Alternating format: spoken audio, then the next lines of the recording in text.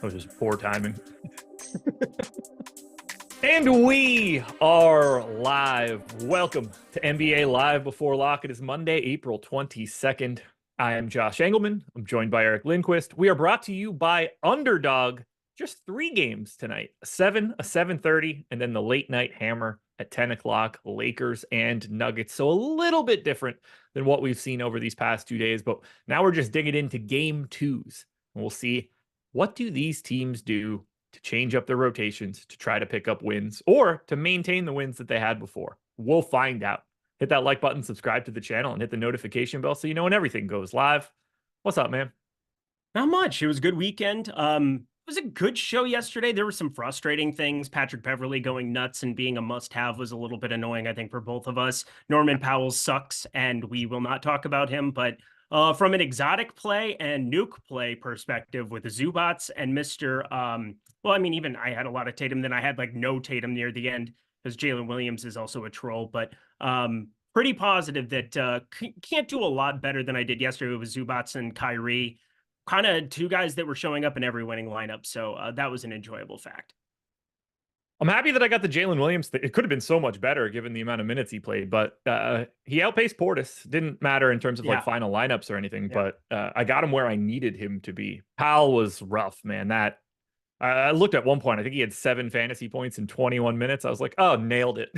Yeah, I think he had 7.5 at the end of the game. That was an unenjoyable experience. Let it be known, though, if anybody watched that game, it was the Russell Westbrook second unit show. I mean, he just had the ball in his hands the entire time and made it a little bit difficult for anybody else too. And James Harden, when James Harden has it going like that, I mean, you do want to pick apart Dallas at the perimeter. You want to pick them apart with Kyrie and Luka and force them to play defense. And Clippers, a lot better performance than I think anybody, including myself, you, everybody were expecting. So shout out them for that.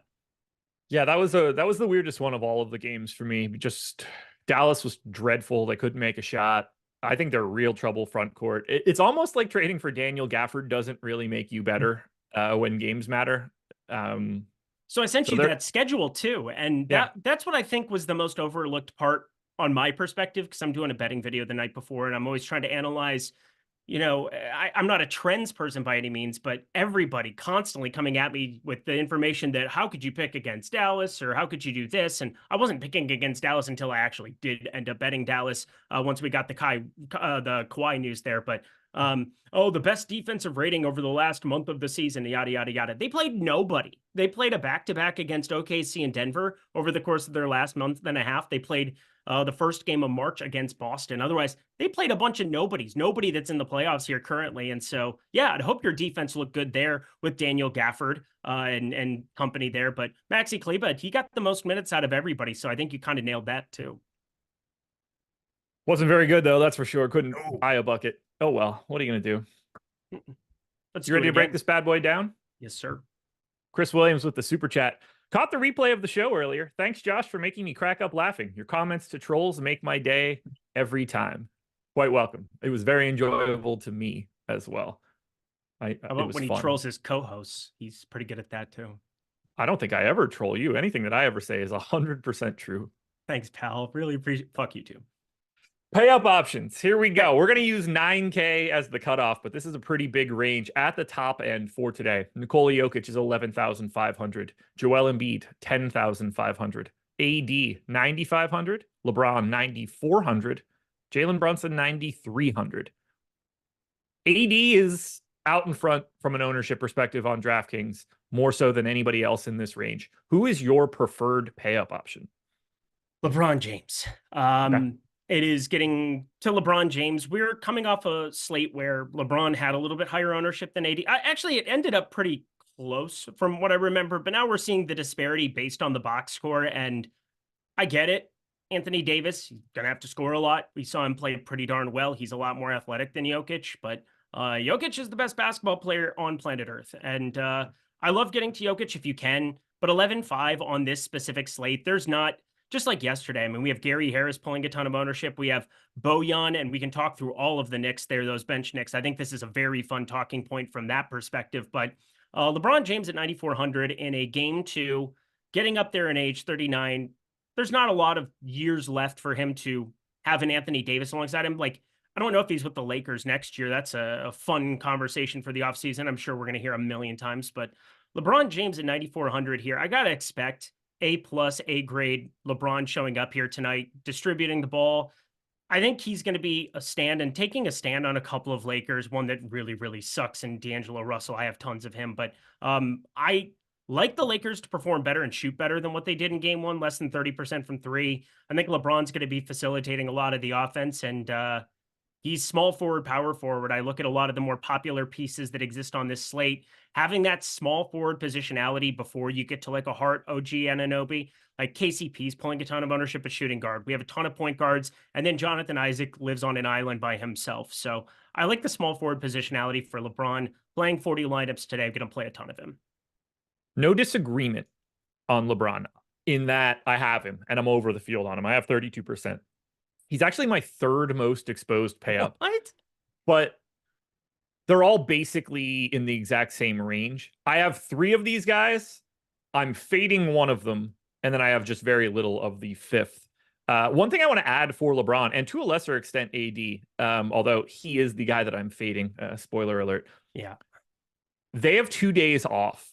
They don't immediately come back on Wednesday for game 3. They come back on Thursday. And I think having that extra day is really important for LeBron, like throwing himself at this game with the extra day of rest. Because if they go down 2-0, not that they're not already dead, but like they're dead then. So you expect them to go, pedal to the metal for something like that today, especially with that extra day. When I saw that extra day, I was like, I feel a lot better about giving LeBron like an extra minute today. But I have 32%. We're projecting 22.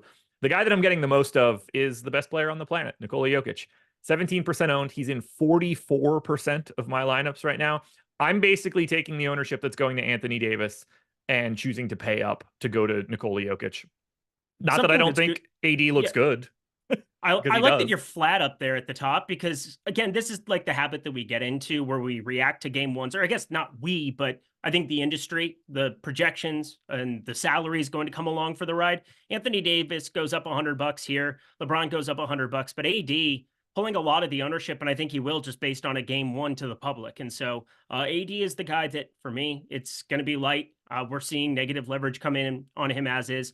I don't mind the Jokic play. For me, it's just simply like I would like to know what else is in your lineups there because you've got to definitely be making some stands on some cheaper guys to be able to have Jokic, LeBron, or anybody up there 9K. But 44%, it's not like you're going completely balls to the wall, playing him in like 60% of lineups. I do think this is a really good day to be flat up top here. We have positive leverage on Embiid for $1,000 less. We have positive leverage on, we did earlier on LeBron. Now it's negative by ever so slightly margins. And then Jalen Brunson there, I think is a great play at 9,300, probably going to be out there for infinity minutes as well. I think all 5 of these guys are definitely viable, but Anthony Davis, based on what we have, he's going to be the highest owned based on his game one. He's going to be the highest owned. I think I'm best to trim that ownership and kind of spread it elsewhere. I'm right at the field on Jokic, so I'm at 16%, and I'm probably going to give him a little bit of a boost up, but LeBron, working through it for me, was in nearly half my lineups, like him a lot. Embiid is the guy that I'm basically just neutral to. I find him to be the most difficult to get to just because I think that his minutes are most limited of anybody at the top. And if you can get Jokic to 40 minutes, but you can't really project that for Embiid, it becomes really difficult for him to run that down. Not that I'm mad about getting to Joel Embiid by any means. And then you mentioned Brunson. I have 38% of him. He's actually the guy that I have second most at the top, projected for 25% ownership. But right now I have 4% AD. I have 10, but I guess just give me a round number. I get it. I totally get it. It's going to be uncomfortable, but I think those are the kind of plays that if you can make a stand and be right one time, this is the time to do it. And, you said he could ramp up minutes here, Anthony Davis. I think they're still going to make way to have some bench minutes there in that second quarter for him. A lot of what they're going to also do is game script dependent. I think LeBron more than likely doesn't leave the floor much. I mean, I think he's the most live to play 42, 44 minutes out of everybody in this top realm. I still think Joker, when they're up 1-0, they're going to be very cautious to a certain extent, like cautious for what playoff minutes can look like. I mean, I've got him in for 38 minutes still. Anthony Davis right around 40, 41, but you still got to expect Jackson Hayes to show up for a rotation in that second quarter. what happens in that third quarter? If they're down 10, maybe he doesn't leave the floor. That's definitely live, I suppose, to happen as well. But because all the ownership that exists for him, I'm happy to spread that to the other guys. Like what you said about Embiid as well. That was kind of something I'm having a tough time figuring out what I want to do with his minutes. I just put him at 35. So he's, as a result, get the guy I'm getting to the least up here at 8%. So just below AD. But if you wanted to play Embiid, I'm not going to tell you no. It's obviously a slow matchup and a difficult matchup at that on the other side, but that exists in 2 of the 3 games on this slate, so not something I'm thinking too much about. Yeah, that's the other major piece for Embiid right now. We have Mitchell Robinson back and playing 30 minutes off the bench, but that game, the way that I have pace calculated right now, I have the Sixers 29th and I have the Knicks 30th. That's as slow of a matchup as you're going to get, and definitely both teams leaning more defensive than offensive. So that just becomes an exercise in lack of possessions so much for the Embiid side, which is a bit of a struggle, but look, if they want to win anything, they're going to need to split this bad boy in New York as well. So, who knows what we end up getting out of Embiid. But, I mean, he's not healthy. He's getting held together with scotch tape. I think it would be negligence to put him for 40 minutes out there. I mean, barring overtime. Like, it would just be complete negligence. And also, I suppose there's the one thing we didn't bring up at the top. There's a potential late Q tag for Tyrese Maxey. I think it's very unlikely he sits, but you got to see a bump there for Embiid with Maxey off a floor. The usage is surely going to go up. We're going to get to more Philly as a result, but I don't think, no matter what I do, I'm not going to project him for 38, 40 minutes in this spot because I just think it would be negligent. And Paul Reed's been okay enough where, all right, you get through a second quarter rotation with him for 5-6 minutes, maybe there's 40 minutes, but not something that I'm going to actively go out of my way to project. Anything else you want to touch on for some of these pay up options? It's pretty clear cut to be underweight to Anthony Davis if you're playing the like what just happened last game and then deviating from what the field's doing game. But it's not that we hate Anthony Davis. So you've got some unique stuff around it that you like. Go right ahead. If you're building one lineup, if you're playing the 20 max and you're just like, I can't live without Anthony Davis, go right ahead. But we're making calculated stands other places. And I do like being flat amongst this top end. I'm not going to play any of them over 50% of my lineups.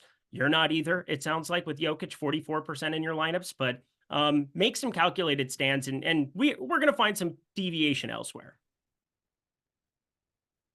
Alrighty, let's hit a couple of these super chats that just popped in. We'll go to the one that we knew was coming. Ace of Spades, DK Tiers. Let's get it done. Jokic. I should really set the script up to run this each day instead of winging it like I do every other day, but chill. I ran it. Tier 1 is Jokic and it's Jokic by a mile. That's what I said. It's just absolutely insane. Oh shit, I almost entered the NBA Tiers 4K All-Star single entry must fill. That would have been bad. Yes, it would have, because it's Tiers. I don't want to play $1,000 Tiers lineup against like McLovin and shit. It is McLovin. That's hilarious. He's the only one in it. I was just throwing it out as a guess. LeBron James, Donovan Mitchell, Tyrese Maxey, Jamal Murray. LeBron James. LeBron James. Mm-hmm. Paolo Banchero, Jared Allen, Evan Mobley, Franz Wagner, Josh Hart. Banchero by a lot. Banchero by a lot. I agree. Russell, Garland, Reeves, Porter Jr., that is, Gordon, and DiVincenzo. Russell. Are these in like a different order than they normally are? I don't feel like these are attached to salary in the same way. I could usually just like scroll on my shit and it's correct, but it's like not today. No, it's okay. It's Russell for me. All right, Russell 33. All right, I have Garland ahead of Russell. Okay. MPJ's close, but not. I have MPJ ahead of Russell, but I have Garland ahead of him. I have more for Russell than most people, I think. It's Garland for me, but it is very close. Yeah, I have Russell for 42 minutes, so I've got a Russell problem today. I just don't know what else they can do. Harris, Levert, Oubre, Strus, Anunoby, Hartenstein, and Suggs. Watch news because it's probably going to end up being Oubre. But as of right now, it's Jalen Suggs for me. It is Tobias Harris for me. Okay. By 0.2 of a point. There you go. And then finally, Wendell Carter Jr., Rui, Mitchell Robinson, Lowry, Pope, Isaac, Batum, and McBride. Isaac by a lot. It appears it is Isaac for me as well. 25.6. Yep, All right, next up, Deuce Trey. FanDuel plays position by position for cash games. Based on current ownership, let's see when we got our last run.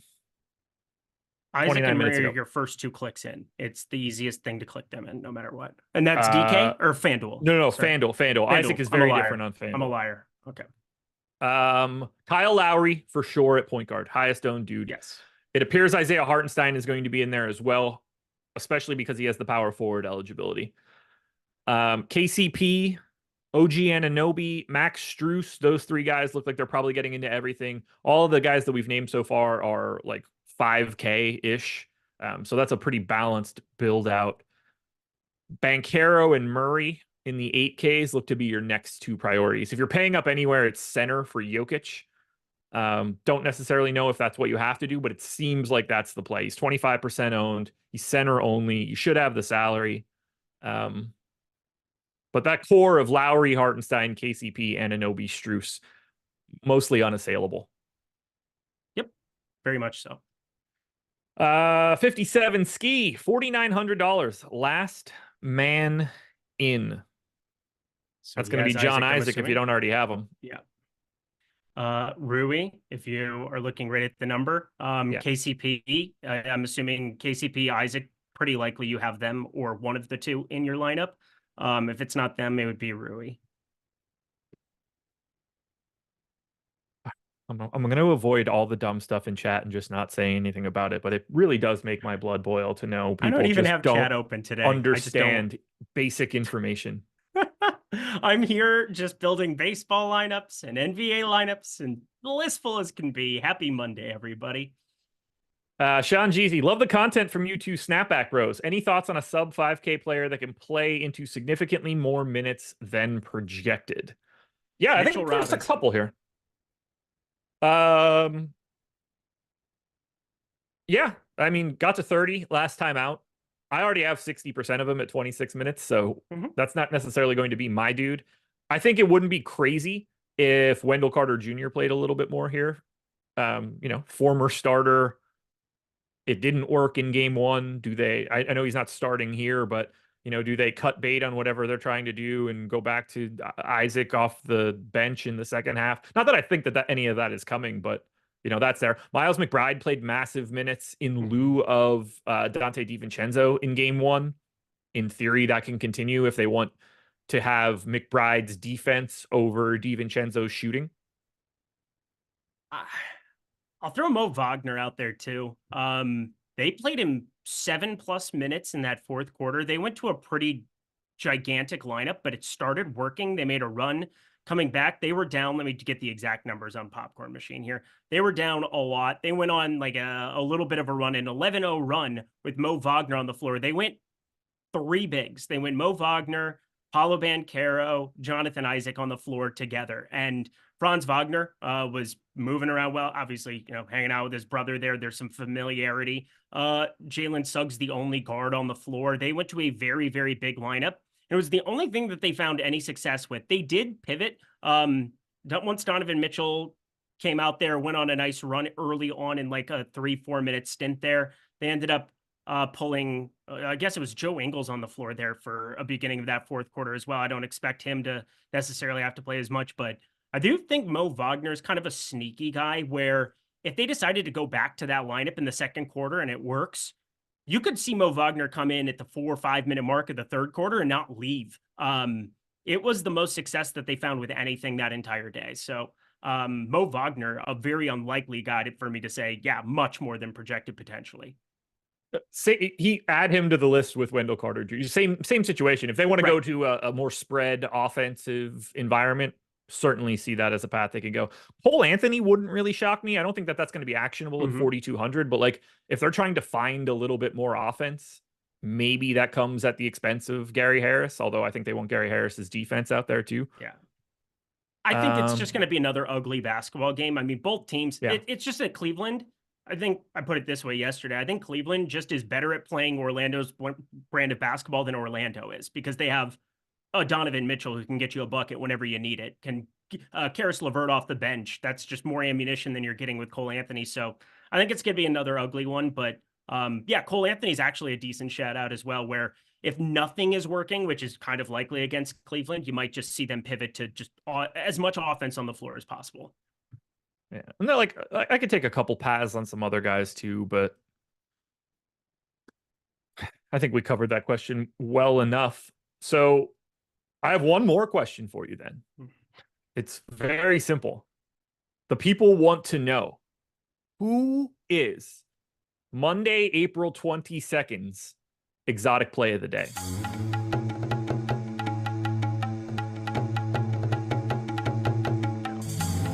Not that guy. That guy is not in the playoffs, and he's dead. And that guy will be out of the playoffs shortly because he can't get back through. So there's that. This guy is going to win another title. So that's me.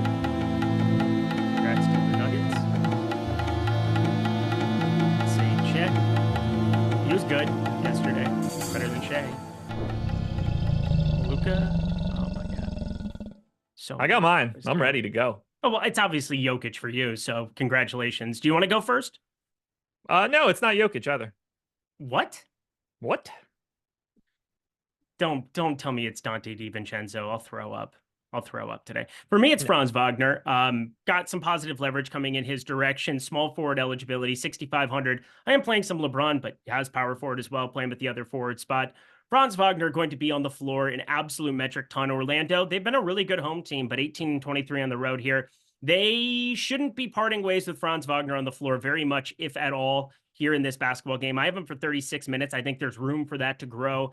And at that $6,500 number, he's the guy who needs to instigate some offense, help out Paolo Banchero. Paolo Banchero knocked down a lot of open shots there. Franz Wagner, let's party, my dude, the exotic play of the night, 38% of my lineups. You thought I was going to go to Nikola Jokic, and that was a reasonable guess. Nikola Jokic is the 6th most owned player I have, and obviously fits the bill of what we're looking for. But he's not the #1 dude in that list. I'm going right with you. What up, Franz Wagner? Congratulations. Okay. You, sir, are tonight's white of the night. Hey, I actually like the bit for once. We land on the same dude. That's great.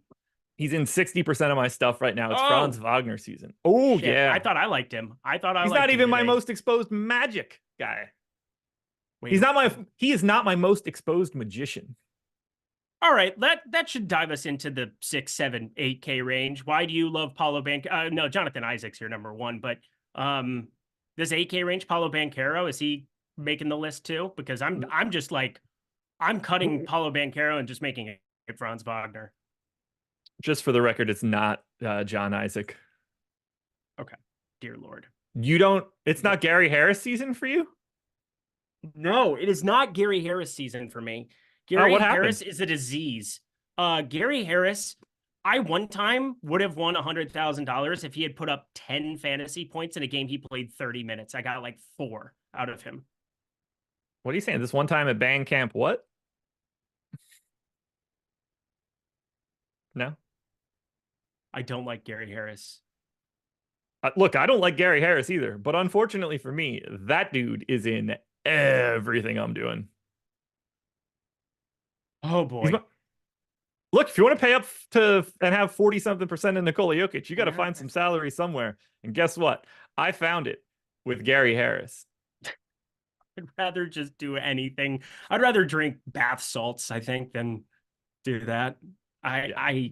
Gary Harris, come on, man.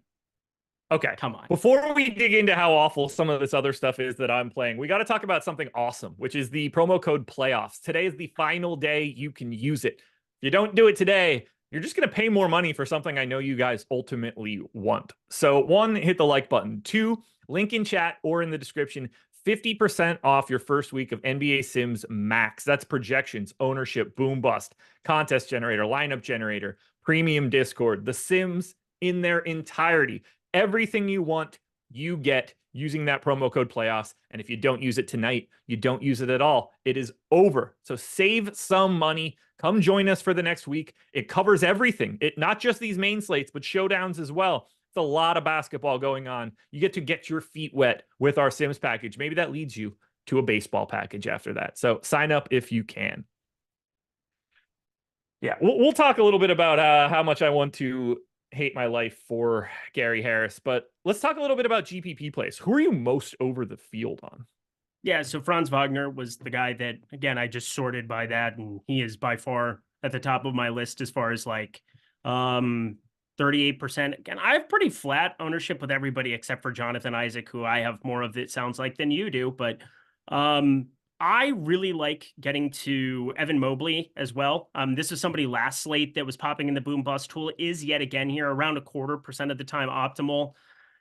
I think Orlando is going to try out some bigger lineups based on what they had work in that fourth quarter, but it's still going to be very difficult to stop an Evan Mobley offensively. Going to be so difficult to stop Jared Allen here on the glass. I think both of them are pretty intriguing tournament plays, guys that there's just not a lot of ownership coming in on them. I also love Mitchell Robinson. I'm playing a lot more than 28% of him. I had tons of him. I wish I had played more on Saturday, because I thought he was a phenomenal tournament play. Sub 5% in the main tournament on that slate.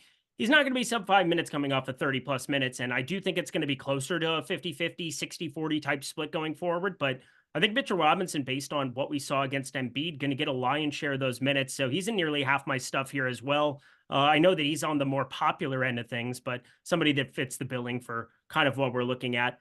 And then super low owned, I think Tobias Harris and Kelly Oubre are two guys on my radar. I do think Tyrese Maxey plays, barring anything really crazy happening here in the next 30 minutes while we're on the show. And then playback, you guys will have it covered if Tyrese Maxey for some reason doesn't play, and then these guys become crazy popular. But there's a potential that he's limited. And Tobias Harris at 12.5%. I'm basically double on that. I'm double on Kelly Oubre here at the moment. Think that they're both pretty intriguing options where if Maxey isn't right, which I think is the most likely occurrence if he ends up playing here, they have to take on more of the offensive workload, which, again, it's a terrible matchup, 205 total, but that's what you got on 2/3 of this slate as is, so I'm not too worried about it.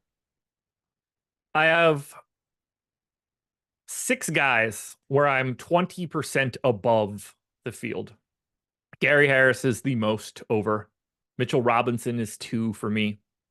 I went 22 minutes Hartenstein, 26 Mitchell Robinson. I don't have a great feel for it, but it certainly went well last time out for Robinson. So let's cross our fingers and hope that happens. I might make that 23 and 25 before I rerun it, but we'll cross that bridge. I think that's the most likely thing. But what I'm worried about is it's just going to be a hot hand approach where maybe you see it 30-18 to Hartenstein. Like, I've been thinking about that a little bit too, where Hartenstein just had a bad first rotation against Embiid. I assume he starts. We all assume he starts. I think he gets the first crack at it, but everywhere you look, we're going 26, 22 towards Robinson. I think that's the right way to do it based on the minutes we saw, but would it completely shock me if it went 30-18 the other direction? No, it would not. The only thing that's slowing me down is that if this were, like, if we just took 2 weeks off and came back, I think Mitchell Robinson would be the starter. Yes. Like, I think that's the goal. And I just don't know when they're going to, like, if they're going to try to fix that, you know, if it's not broke, don't fix it situation right now, and you're just going to play Mitchell Robinson 14 minutes to close out every game. That's where it starts to just get a little weird, because I think they do want Mitchell Robinson to go right back to his starting role the same way he always was. I just don't know how that applies to today, and that's what makes it a little weird. So I'm nervous to take the massive stand, even though I in my mind I think they play him more, because they just don't have to. They're going to play 48 minutes of those two guys at the 5 today, and how that gets distributed is probably pretty up in the air. And what's so weird to me too, and I never noticed this until, you know, obviously I pulled it up. It's a smaller sample for him this year, but Isaiah Hartenstein's been a 0.1 better fantasy producer than Mitchell Robinson's been, which I find a little bit surprising, because Robinson, he's pretty darn active when you watch him play on a basketball floor. But and Isaiah Hartenstein, whenever you put his usage into your spreadsheet, it is abysmally low every single time too. But I do think that Robinson has room for that fantasy point per minute to come up to closer to a fantasy point per minute. But again, just figuring out the minutes for it. Every part of me wants to take shots on Isaiah Hartenstein, but based on game one, it's pretty hard to just pull the trigger the same way that it is on a cheaper Mitchell Robinson. I have Isaiah Hartenstein's talent at 1.08 in my model. That's like ignoring today, just like baseline rate. I have Mitchell Robinson at 0.94, so 0.14 separation between the I've two. got him at 1.03 in a 2,000 minute sample. So there we go. Whatever it's worth. Yeah. Final guys that I'm over the field on. Evan Mobley, 18% owned. I have 44%. I just think that he's looking a little light for this spot. And then Nikola Jokic, 11.5. Big stand. Oh, actually, Rui Hachimura, 20% more than the field, 16% owned. I have 36. Scares me a little bit because he was pretty bad in game one, but they don't have options to change that other than Taurean Prince. So I think you just see Rui continue to eat those minutes. It's exactly what I'm so optimistic about D'Angelo Russell for. He couldn't have shot the ball any worse. I think there's going to be some natural decline in ownership as a result of his shooting performance. I look at it as he chucked, 9 threes up and just didn't make any damn thing. He's a 41.5% three-point shooter. So D'Angelo Russell, somebody that I'm overweight to as well. I like the Rui play. Again, you just look at the bench. Jared Vanderbilt out. Cam Reddish out. Christian Wood out. Apparently coming back in 2 games for whatever reason. I don't know. I doubt he cracks the rotation anyway. But Taurean Prince is the guy who would have to trim minutes away from Rui. So I feel pretty safe in saying that unless Taurean Prince goes completely in fuego, Rui Hachimura, the far more active offensive player, and the Lakers team, they've made their bed. They're selling out on the defensive end, having Russell and Reeves on the floor already. So you might as well bring Rui along for the ride and just try to make this some kind of a shootout any way you can. We do have a 224.5 total here. Rui overall is going to be a big part of helping the Lakers just spread the floor there. If D'Angelo Russell isn't knocking down shots, if Austin Reeves is so defensively inept here, even though they can put him in the corner on KCP and hide him a little bit, but there's no doubt that these main guys on the Lakers, they're gonna have to do a lot of damage today if they're gonna try to get anything done. Anybody else you want to touch on that you have your eye on in GPPs? Yes, the entire Knicks bench. Miles McBride currently pulling 3.2% ownership.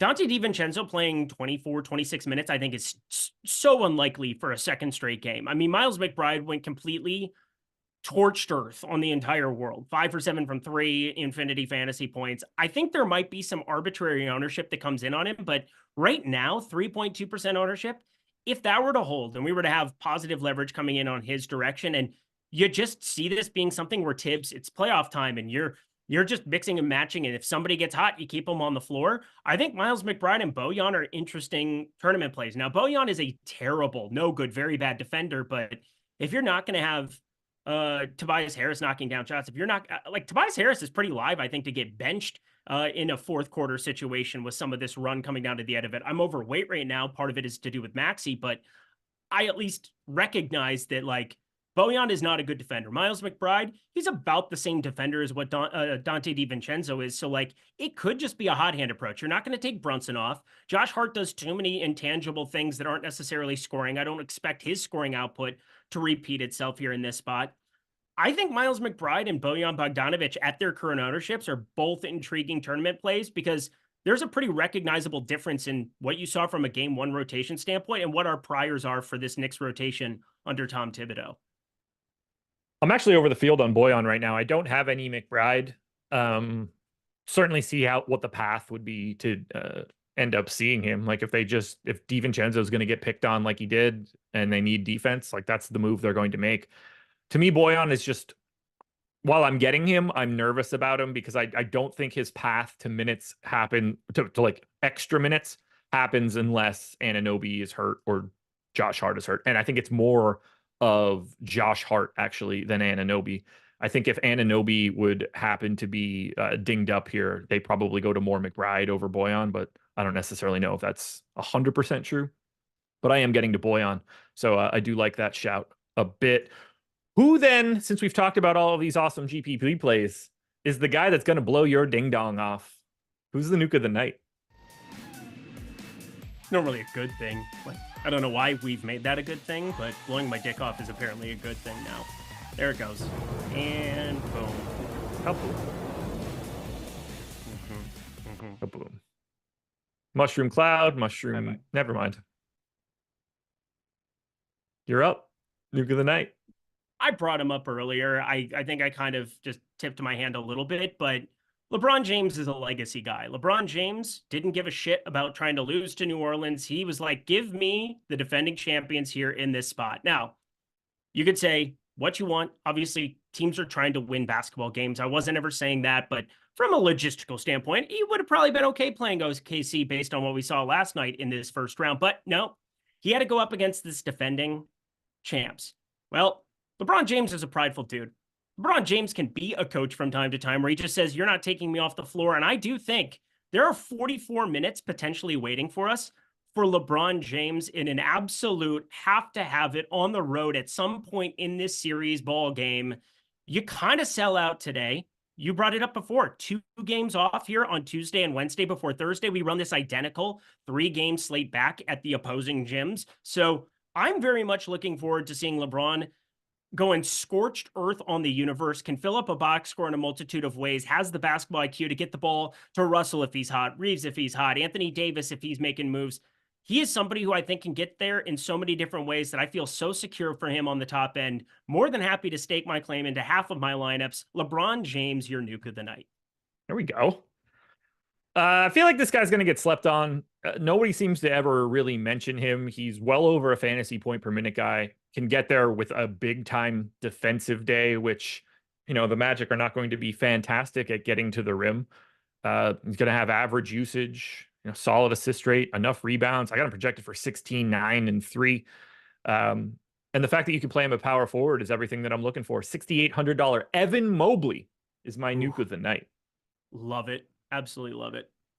All right, so we got our way through our GPP plays and the nuke of the night. Got a couple more super chats that have come in. Thomas Ryan, DK top plays at each position. That's basically what this entire show is, but I guess we can consolidate that information once again. I don't. Jonathan Isaac projects well. Yeah, Isaac, Murray, Contavious Caldwell Pope. Somebody showing up a lot for me by necessity in 40% of lineups. AD. Mm-hmm. Mitchell Robinson for me. Josh Hart.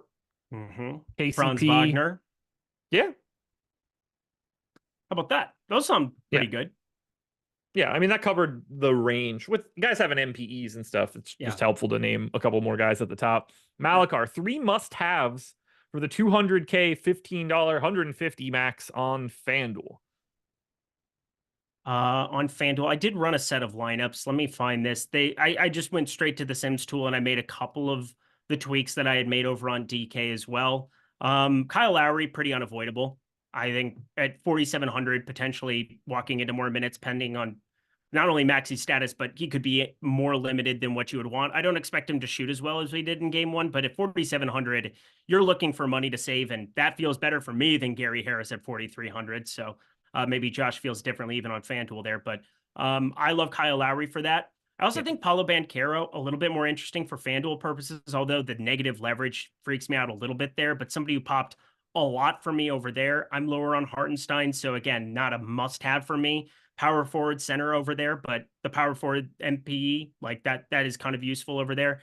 And then Max Strus, somebody that I'm not really getting over on DK, but 5,200 on FanDuel. I think that's somebody at shooting guard, small forward that can fit into lineups pretty easily for you. So building out one lineup, I think those are pretty good building blocks that are different than DK. Chris Williams also gave us another super chat that said, my boy Malakar had a super chat question, and can you say DK Tiers again just to piss off those hating on Ace of Spades who's a loyal member? Yes, let's look at Tiers again. Phil, super chat, top FanDuel plays at each position. We have already done that question, brother. My recommendation is to go back in time 10 minutes in this show. Kyle Lowry, point guard. KCP, shooting guard. Max Strus, small forward. Paolo Banchero, power forward. And center, Isaiah Hartenstein. Done. There we go. You guys wonder why I hate answering super chats. Stop it. Okay, now they're kind of leaning into it because they're getting a reaction. Don't give them the reaction that they're looking for. And also, we love you guys. We absolutely would not be here without you. Smash that like button. Thank you very much for being here. And then sign up for Underdog, the sponsor of this show. You guys can see the banner on the top of the screen and on the TV behind Eric's head. You can get a first match deposit bonus of up to $100. Underdog has everything you could possibly want. pick'em contests if you're in a non-legal betting state. You can 20x your money. They have actual daily fantasy contests with large field GPPs. Best ball is their piece de resistance. That is what they are known for. Everybody wants to be there for best ball contests, whether that's NBA, NFL, whatever you're looking for. They've got best ball covered. And they kind of overlay a little bit. Keep your eyes peeled there. Playoff drafts happen every year, depending on the sport. They are covering every single thing possible. And you could sign up at Underdog, clicking the link in chat or the one in the description. You could also use Odds Shopper for some additional Underdog plays. Okay. Let's keep this one moving. Fades. We got about 15 minutes to go until we get out of here. Who are the guys you're not getting to? What did Jonathan Isaac do to you? That needs to be the first thing we talk about, because I have 84% of him now and my last run, and I would like to know before I hit submit on these lineups. I have him ranked second on the slate. I'm just not. I just think 70% ownership is too much. Okay. I don't want to cross my fingers and hope that he gets hurt, because I don't want guys to get injured. I find that to be disgusting. He does that enough on his own. It's okay. But like, I would definitely be okay if he like ate a bad shrimp in warmups and can't make it. Well, there's that. There is that. He can't go on because of shrimp. Yeah. Let's see. I mean, that's not going to be me, unfortunately. I have 22% right now. I assume I end up in the 20s. That is hefty. I really am not getting to Anthony Davis either. I mean, this is going to be really, really terrifying. So what I did is I gave a little bit of a boost to Hartenstein before. I wasn't getting him like at all. Mitchell Robinson. I do want to kind of have one of the two of them in a lot of lineups, and I wouldn't mind having the Hartenstein piece work out. I also have 0% Gary Harris, so I really don't know what you're doing there, but I don't like it personally. You don't like yours or mine? I don't like yours. No, yeah, I don't know. I don't like more than okay either. Not playing Gary Harris in my life. This yeah. Idiot. I don't like it either. Yeah, okay. Well, I have 0% of him. So congratulations to him on his 30 ball. I will be sending you congratulatory texts, I am sure. And then Tyrese Maxey. I don't have him right now. I didn't think he projected out all that well for me. Let me see where his ownership is at here at the moment, because 8,600. I mean, now he's got positive leverage there, 13.3%. Maybe he gets that downgrade because everybody knows he's been questionable all day. He's got the mark of con next to his name, but I will say that I have 0% of him as well in my 50s. So playing 50 lineups, that's going to be something that naturally happens, where I'm not going to have 6% of this guy here or 10% of the guy there, but I have flat out 0 of Maxey. So that's pretty fascinating. I don't He's think expected to play. have much either. Yeah, I was basically never paying attention to it. I would have been very surprised. He would have had to have AIDS if he didn't. So John Isaac is my biggest fade just in terms of like bulk ownership.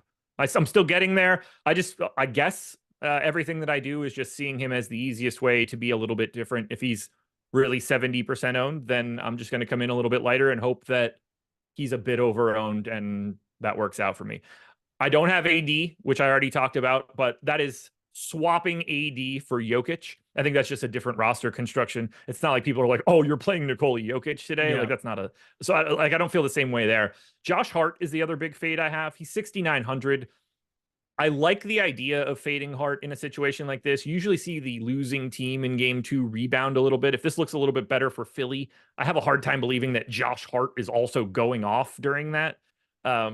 Like mentally it works. He could also play 48 minutes today and bury us just by default. So I'm hoping they just don't run him completely into the ground. I went 41 minutes, but he's the third guy that I'm like pretty light on. I'm kind of treating Jamal Murray the same way as John Isaac. I have 28%, but it's still a pretty big fade when you just look at it like that. We do have some different lineups today. That's kind of fun because I mean we've had some groupthink there. It's just weird though, because we find commonality in certain spots like Franz Wagner. We have commonality with Mitchell Robinson. There's Evan Mobley I have a ton of as well. But yeah, it seems like on the bottom end, you're making things work to a certain extent to get yourself to more Jokic, which I am not at the moment. I have 14% Jokic, and I don't see that changing a whole hell of a lot. Man, people really don't like me playing Gary Harris. Well, I apologize. It was more of me just saying that I have 0% of him. And I think there's a lot of ways that Mo Wagner ends up being the piece. So what you're doing with Gary, I have 16% Mo Wagner at the moment. So again, that would be Gary Harris to some extent, but I do think you will go on an 11-0 run. You have something click. You need to rebound better. Like, there's no doubt that this is going to be a grimy, ugly game. That's the way both teams kind of want this to work out. And Gary Harris defensively, he's your best chance to slow down to some extent Garland and Mitchell, but specifically Mitchell. But I think if you're going to do some things differently, I think Jalen Suggs and then just having bigger bodies out on the floor and some of those pick and rolls, or just not even the pick and rolls, just the pick and pop, basically Donovan Mitchell stepping out or trying to like make 15-foot contested jumpers. I mean, just put taller bodies out on the floor, make it more difficult on him, and maybe screw up some of their spacing. I think Mo Wagner, that's somebody that the more that we've talked about it, I feel confident I should be boosting a little bit. And then the Cole Anthony one too, he's like sub 1%. So I'm just going to get to a little bit here, but basically I'll do anything other than play a chalkier Gary Harris. I got to go on this little soliloquy here, just so like, it's not like I personally think Gary Harris is like going to score 70 fantasy points today, and that's the reason that I'm playing him. He's 3,400. The price tag works. He's starting and playing 30 plus minutes, it appears. I have him projected for 32 today. I think anything north of 20 fantasy points is a victory. Now, that's a big number for Gary Harris. I get that. But like, we don't have to, he doesn't have to get to 30 in this spot. It's a 3-game slate. I don't care about Gary Harris's talent. I care about his salary. And today, he's a starter on a 3-game slate playing that's $3,400. I'm going to take that chance because it doesn't take much for him to fall into it. Is he a 0.5 fantasy point per minute guy? Yeah, that's pretty shitty. But, you know, if you're already projected for 15, it doesn't take a lot to get to 20. They are totally just trolling you at this point. Ghost Mantis, he loves Gary Harris personally. It has nothing to do with DFS. It's all just feel. Yeah.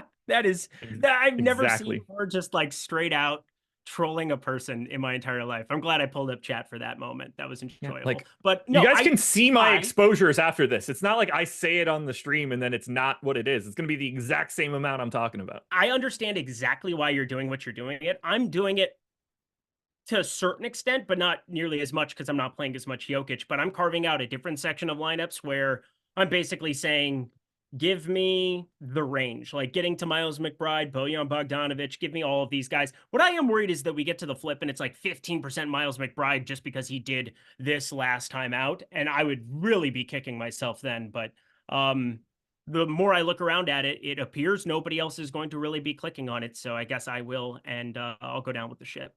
Like, if Nikola Jokic ends up being the highest raw scorer today, that really softens what you need out of Gary Harris.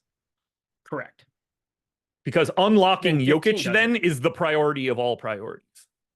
Correct. And I'm hoping that that is not what ends up happening.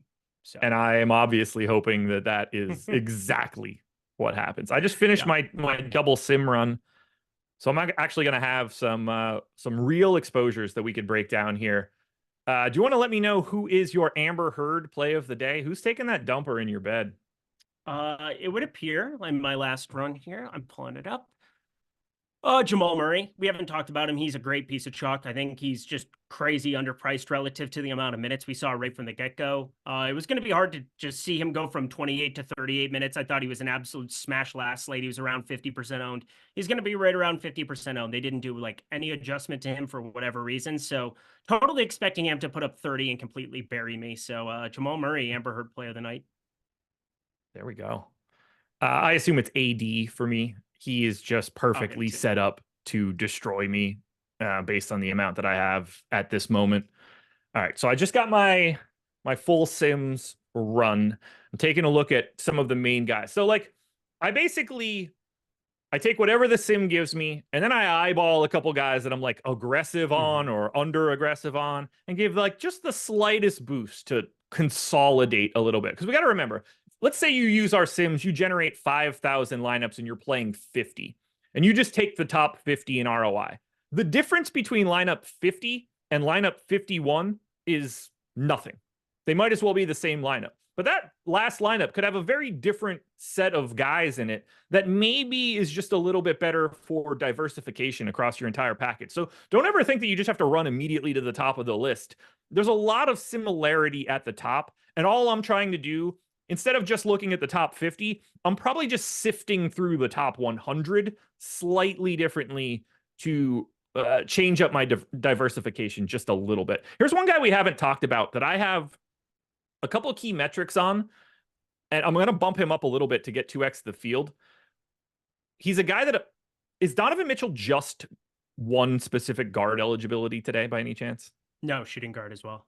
Interesting. I had him in single entry before the show, and then I started moving some stuff around, and I do think they're going to do everything they possibly can, Orlando, that is, to make sure Donovan Mitchell isn't the guy who can beat him. I also don't think that we can really get 40 minutes out of him in a lot of situations. We saw 36. I guess they were up ahead, and Karis LeVert had a really good rotation until, they went on that 11-0 run. They brought Donovan Mitchell back in, and that basically nixed the game. But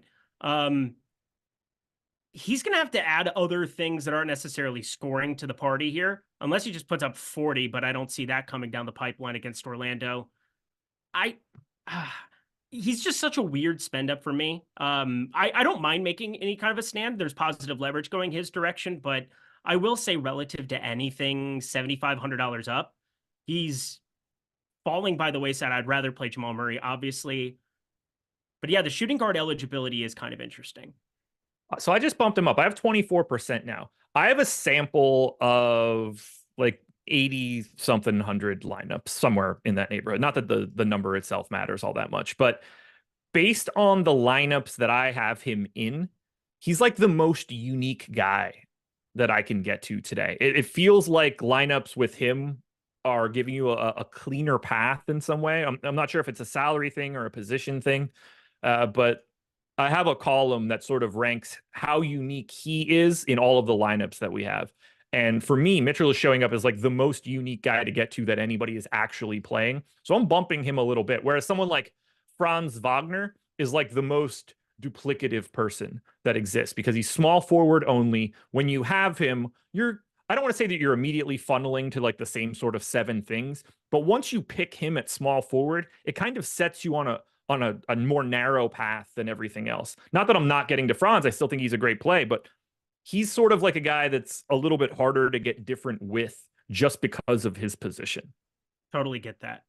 I totally get that. I mean, obviously we're talking different salaries, different positions, but yeah, small forward, talked about it a little bit earlier. There's going to be some ownership coming into some OG Anunoby. There's going to be LeBron, who I have a ton of, and then Franz Wagner. There's really not a lot else going in that direction, but like shooting guard's even weirder for some reason. Like KCP is really chalky at 4,600. Kyle Lowry's pretty chalky at 4,400. We're kind of all walking into the same range of punt. Like in my single entry right now, I've got KCP at shooting guard, but like I was going back and forth about Kyle Lowry. I had Donovan Mitchell there earlier because I was thinking from a positionality standpoint, it made sense to get there, but I'm already playing Mobley. I don't really want to get away from Mobley in single entry. And so just for that specific lineup, thinking about the exercise for people where it's like one lineup and that's kind of the way I'm going about it. I don't mind thinking about that as the bigger set of the portfolio where, hey, this is a good stand to be having in like a quarter of lineups. And there's a very, very pronounced upside for 40 plus here where Donovan Mitchell is the only guy who's able to get anything done. And Orlando does go big and just basically sells out to try to stop him, but can't because, well, again, Gary Harris, probably their best option. So if you're playing more Gary Harris, if he's going to be on the floor more, it might be to try to slow down Mitchell going completely nuclear. So lots of ways to look at that on a 3-game slate where I like that. Right now, I have 62% of Gary Harris. That is what I'm going to be playing. We have 90 seconds to go until lock. By the way, KCP or Strus, last spot on FanDuel. That was Darren Unger's super chat. KCP or Strus. It's got to be KCP for me. I agree. All right, let's get these lineups in. I think that's important, right? I heard that they matter. Not that I don't already have them in, but I always get nervous that I didn't actually upload the thing that I wanted to. It's important.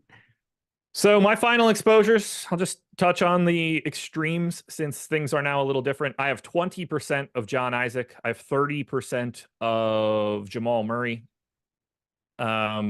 Big fades on Josh Hart and AD. All of that held true. My biggest stands are Evan Mobley, Gary Harris, over the field, that is. Evan Mobley, Gary Harris, Jared Allen, Franz Wagner, and Rui. I ended up with 62% Gary Harris. And then finishing off from a payout perspective, I have 30% of Jokic. It looks like his ownership went up a little bit. Yeah. How much time do we have? 30 seconds? Yeah. I want a little bit more Jokic. I don't know if I'm going to be able to pull that off in time. I bet you'll be on playback for the next hour, though, where you can probably tweak that and talk people through it if people want to join. I'm getting one more lineup with him. I don't know if I'm going to be able to paste this in or not. We have 10 seconds. Probably not happening. You can do it. Put your finger into it. Don't do that. That's creepy. Got it. Let's fucking go. I'm a pro at entering that stuff under the gun. I hope it is. Save that lineup in a corner and have it be, if that ends up being the winner, I don't know. Yeah, you buy us pizza or some shit. I don't know. Well, that'll work. Speaking of pizza, go order a pizza, folks, and join us for Playback. Playback.tv/stochastic. Greg and I are about to watch the beginning of this Orlando-Cleveland game, which will be very important to me. And then we'll probably transition a little bit to Knicks-Philly, and then we'll get out of there at 8 o'clock. But thank you guys for being here. Thanks to Eric. Thanks to most of chat. Honestly, just like a select few, like 5 or 6 of you are tolerable. We love you all. I love you all. You're all my children, or something that isn't creepy as that. Susan Lucci over here. We're going to get out of here. Underdog Fantasy. We out. Jordan Klein, why do you have a